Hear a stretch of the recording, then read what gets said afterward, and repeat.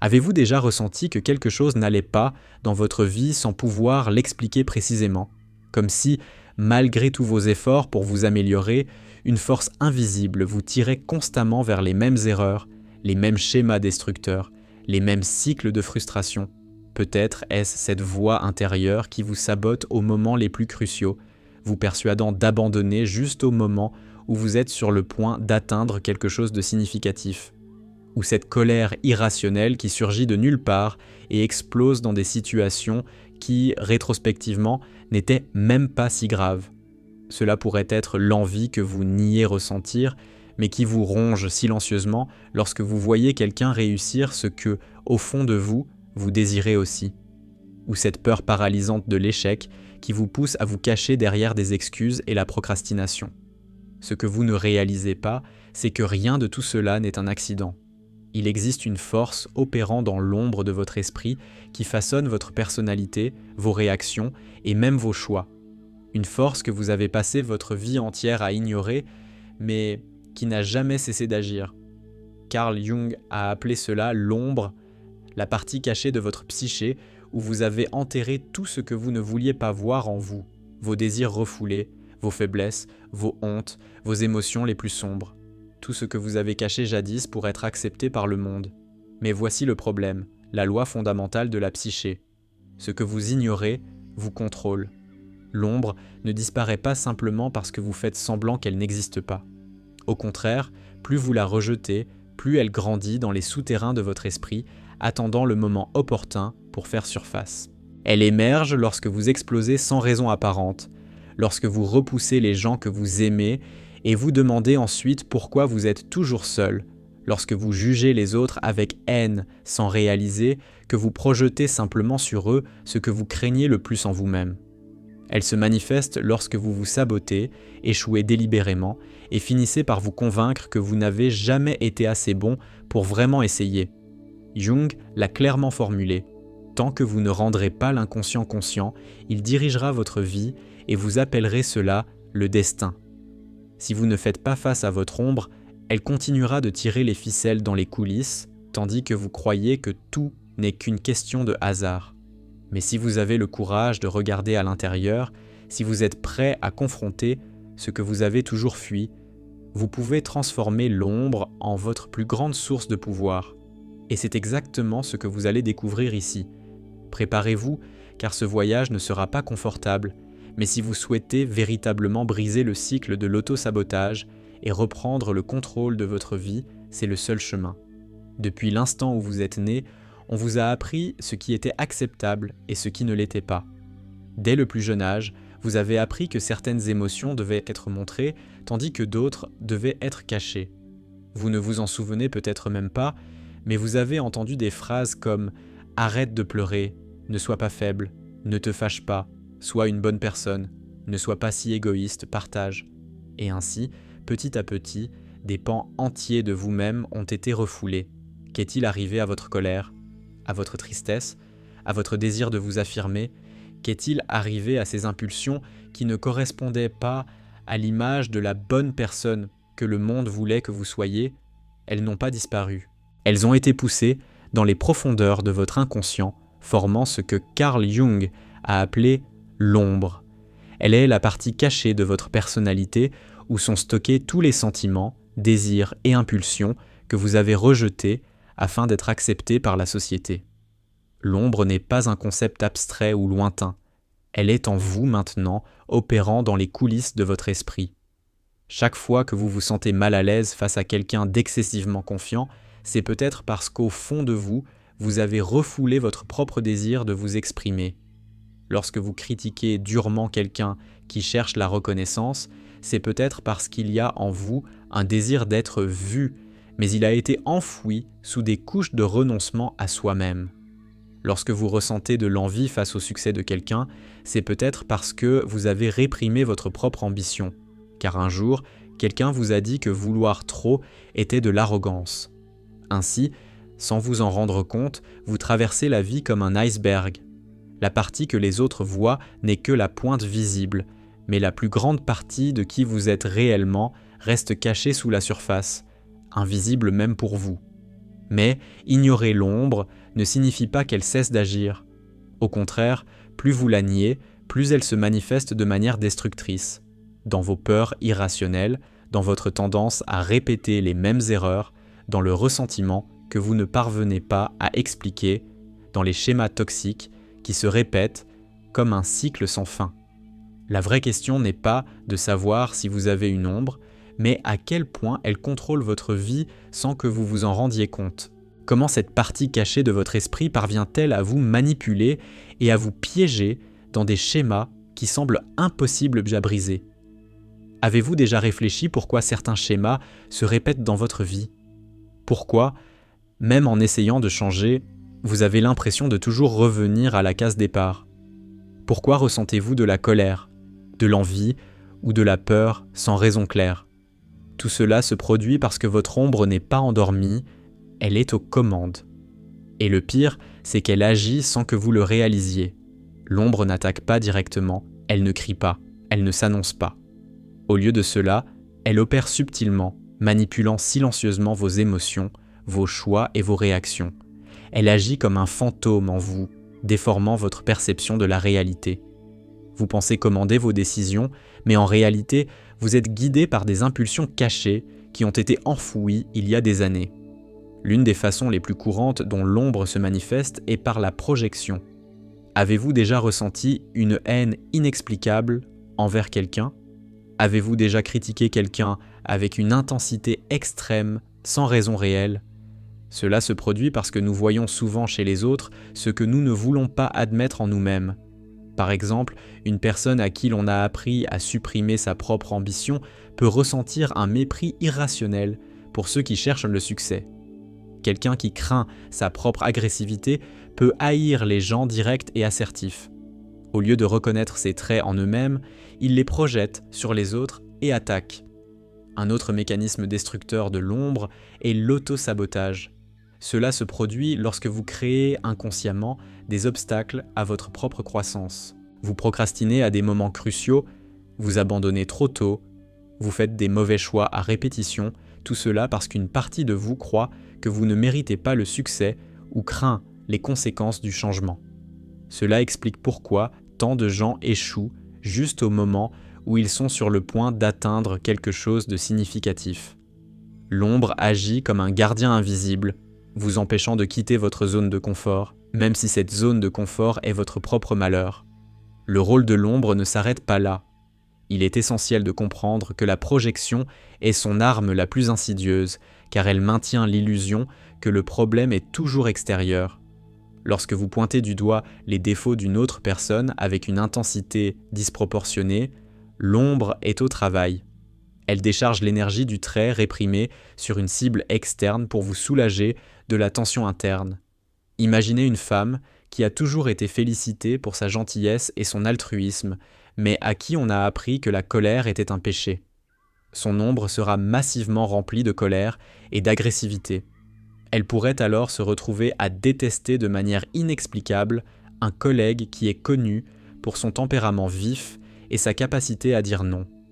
Elle le jugera toxique ou incontrôlable, non pas à cause de ses actions réelles, mais parce qu'il incarne l'énergie qu'elle a dû amputer d'elle-même pour être socialement acceptable. En le critiquant, elle se sent momentanément bonne et morale, ignorant que la source de son irritation est le miroir de sa propre agressivité niée. De même, si vous avez refoulé votre désir de richesse ou de pouvoir parce que vous craignez d'être jugé arrogant ou matérialiste, l'ombre vous fera ressentir un mépris viscéral pour les personnes qui affichent leur succès. Vous les verrez comme des profiteurs ou des superficiels. Cette haine intense n'est pas un jugement objectif, c'est le cri silencieux de votre propre ambition enterrée qui vous rappelle ce que vous avez refusé de vous permettre d'être. La projection est la raison pour laquelle vous vous retrouvez piégé dans les mêmes conflits. Tant que vous ne reconnaissez pas que l'irritation vient de l'intérieur, vous continuerez de blâmer le monde extérieur pour vos propres conflits internes. La ombre vous maintient dans un état de victime perpétuelle, car si le problème est chez l'autre, vous n'avez pas besoin de changer vous-même. C'est un mécanisme de défense puissant qui, paradoxalement, vous prive de votre pouvoir personnel et vous force à répéter le cycle. En plus de la projection, l'ombre exerce son contrôle par l'autosabotage, un phénomène où vous devenez votre propre pire ennemi. C'est la force qui explique pourquoi vous vous sentez sur le point de réussir un examen, de signer un contrat important ou de commencer une relation significative et soudain tout s'écroule. L'ombre agit ainsi parce qu'elle a une peur profonde et irrationnelle du changement. Elle est le dépositaire de toutes les croyances limitantes qui ont été installées en vous au fil des ans. Je ne mérite pas le succès. L'amour mène toujours à la trahison. Si je suis vraiment heureux, quelque chose de terrible va arriver.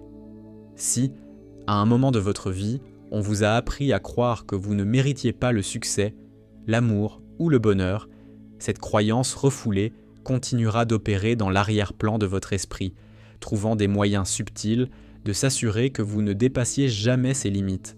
C'est pourquoi tant de gens abandonnent juste au moment où ils sont sur le point d'atteindre quelque chose de significatif. L'ombre intervient avec des formes d'auto-sabotage déguisées, la procrastination chronique qui fait manquer l'échéance, la colère explosive qui détruit la relation, le manque soudain de motivation qui mène à l'échec.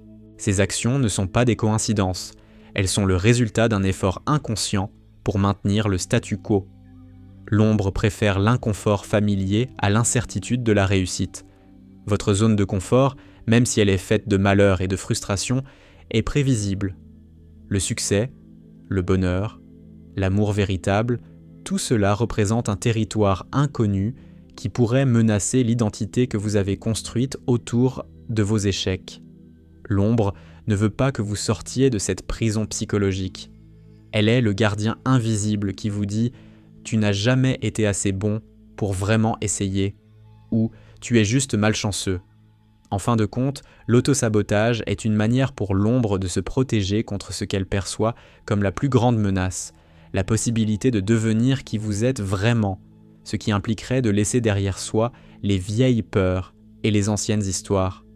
L'influence de l'ombre ne se limite pas à votre vie intérieure et à vos objectifs professionnels, elle façonne de manière critique vos relations.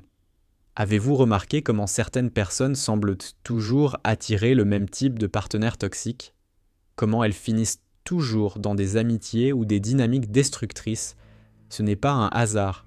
Ce phénomène se produit parce que, sans le réaliser, nous projetons nos traumas et cherchons inconsciemment des situations qui renforcent nos peurs les plus profondes.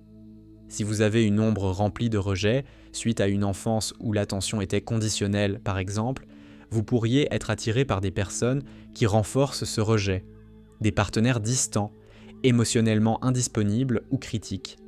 La dynamique est douloureuse, mais elle est étrangement familière à l'ombre, qui cherche à rejouer le trauma pour essayer inconsciemment de le corriger cette fois-ci. De même, si vous portez en vous une ombre pleine d'insécurité ou de faible estime de soi, vous pourriez vous connecter avec des gens qui s'assureront de toujours vous laisser douter de votre propre valeur. Pourquoi ? Parce que l'ombre se nourrit de cette insécurité. Ces partenaires abusifs ou dévalorisants deviennent le miroir parfait pour la partie de vous qui croit que vous méritez d'être maltraité. Dans d'autres cas, si vous avez été élevé en réprimant votre propre colère, vous pourriez être attiré par des personnes qui abusent de votre patience.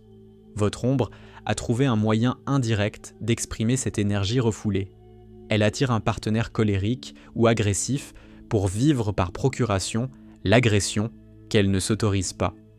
Le point le plus pervers est que l'ombre peut finir par prendre le contrôle total de votre identité sans que vous vous en rendiez compte. Vous vous persuadez que c'est juste comme ça, que votre façon d'agir et de ressentir est naturelle, alors qu'en réalité, elle a été façonnée par une accumulation d'expériences refoulées. Vous commencez à croire que vous êtes juste malchanceux, que vous avez toujours été anxieux, que vous n'avez jamais été assez bon, alors qu'en réalité, vous vivez simplement sous l'influence de cette partie cachée de vous-même. Si votre vie est bloquée dans un cycle de répétition, si vous vous sentez constamment frustré, anxieux ou incapable de changer certains comportements, il est fort possible que votre ombre soit aux commandes sans que vous le sachiez. Mais comment en être sûr ?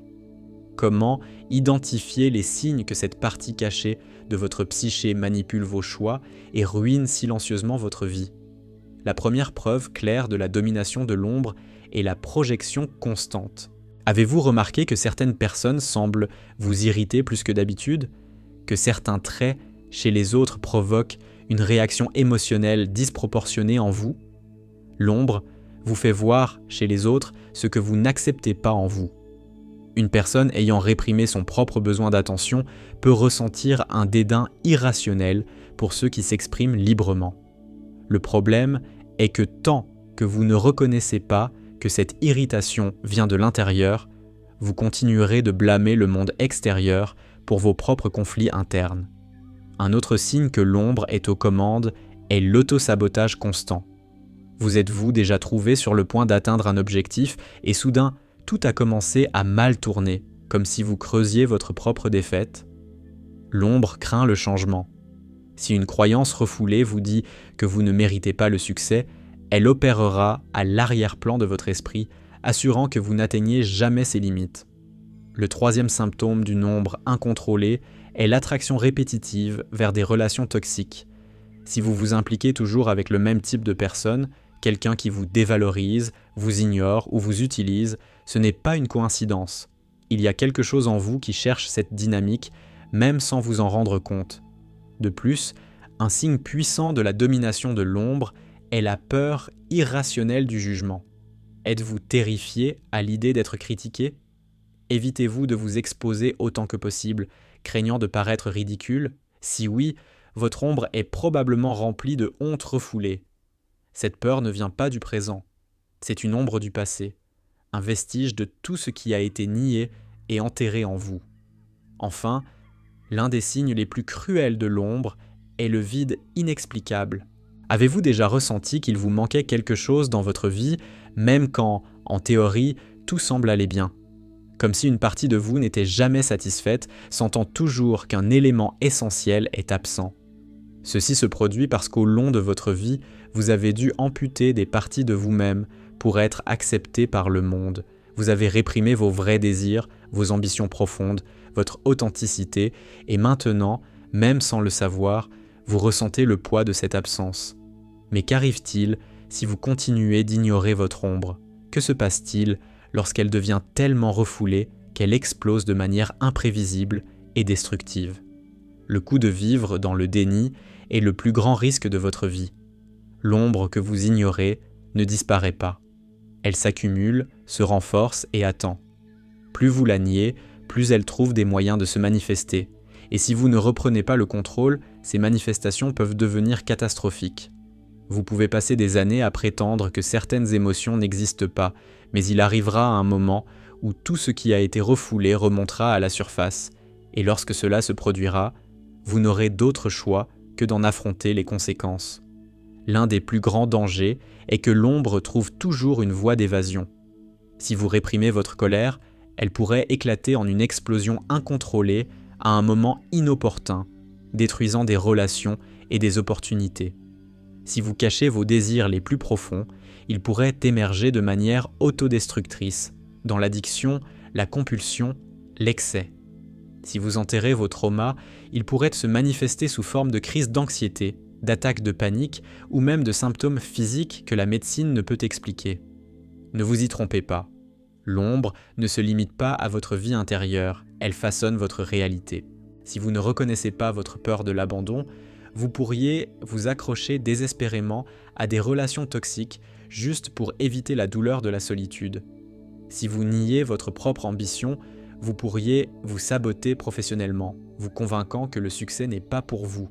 Mais le plus grand danger de tous est que, si vous n'intégrez pas votre ombre, elle pourrait finir par en prendre le contrôle total. Avez-vous déjà rencontré quelqu'un qui semble être consumé par son propre ressentiment, qui voit toujours les autres comme coupables, qui porte une colère silencieuse, qui vit sur la défensive, toujours prêt à attaquer? Ces personnes ne sont pas nées ainsi. Elles ont simplement passé leur vie entière à refouler leur douleur jusqu'à ce qu'un jour, leurs ombres deviennent si fortes qu'elles ont pris le contrôle. Le résultat est un cycle sans fin de ressentiment, de peur et d'autosabotage. Et peut-être le pire de tout est la dépersonnalisation, ce phénomène de se sentir comme un étranger dans son propre corps, comme si vous étiez déconnecté de qui vous êtes vraiment. Cela se produit parce qu'en réprimant votre ombre, vous réprimez également des parties fondamentales de vous-même. Vous essayez d'être seulement le bon côté, éliminant toute trace d'obscurité sans réaliser que vous amputez des pièces essentielles de votre psyché. Au fil du temps, cela conduit à un sentiment constant de vide. Alors, la question inévitable se pose: comment échapper à ce cycle? Comment cesser d'être une victime de votre propre ombre et commencer à l'intégrer consciemment? Maintenant que vous comprenez le danger de l'ignorer, le point crucial est de savoir comment la ramener à la lumière et l'utiliser à votre avantage. Intégrer l'ombre ne signifie pas la détruire ou l'éliminer, car c'est impossible. Ce que Jung nous enseigne, c'est que l'ombre n'est pas notre ennemi. Au contraire, elle contient des parties essentielles de qui nous sommes, des forces dormantes qui peuvent devenir notre plus grand pouvoir si nous savons comment y accéder. Le problème n'a jamais été l'ombre elle-même, mais notre déni de celle-ci. Le premier pas vers l'intégration est de la reconnaître consciemment. Cela signifie prêter attention à vos déclencheurs émotionnels. Lorsque quelque chose ou quelqu'un provoque une réaction exagérée en vous, arrêtez-vous et demandez « Qu'est-ce que cela dit de moi ?» Au lieu de blâmer l'autre, tournez votre regard vers l'intérieur. Si quelqu'un vous irrite parce qu'il est arrogant, cette personne n'est-elle pas simplement en train d'exprimer une confiance que vous avez réprimée? Si vous ressentez du mépris pour ceux qui cherchent le succès, n'y a-t-il pas une partie de vous qui veut aussi cela, mais qui a été étouffée par des croyances limitantes? La deuxième étape est de vous autoriser à ressentir ce qui a été nié. Si vous avez passé votre vie à prétendre que vous ne ressentez pas de colère, il est temps de regarder ce sentiment sans peur. Cela ne signifie pas exploser sur les gens, mais s'asseoir avec vous-même et admettre « Oui, je ressens de la colère. Oui, je ressens de l'envie. Oui, j'ai peur. » Et c'est normal. L'ombre ne vous domine que lorsque vous essayez de prétendre qu'elle n'existe pas. Lorsque vous la regardez de front, elle perd le contrôle qu'elle avait sur vous. Un outil puissant pour ce processus est l'écriture réflexive.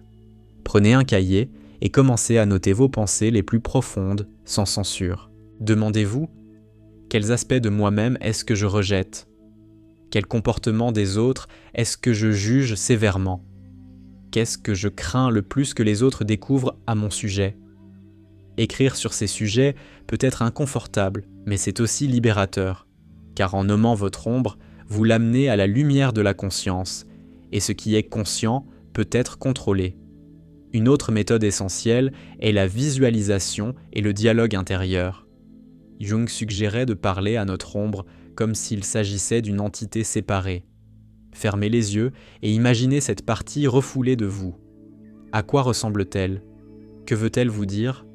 Souvent, lorsque nous donnons la parole à notre ombre, nous découvrons que ce n'est pas un monstre, mais plutôt une partie oubliée de nous-mêmes qui veut juste être entendue.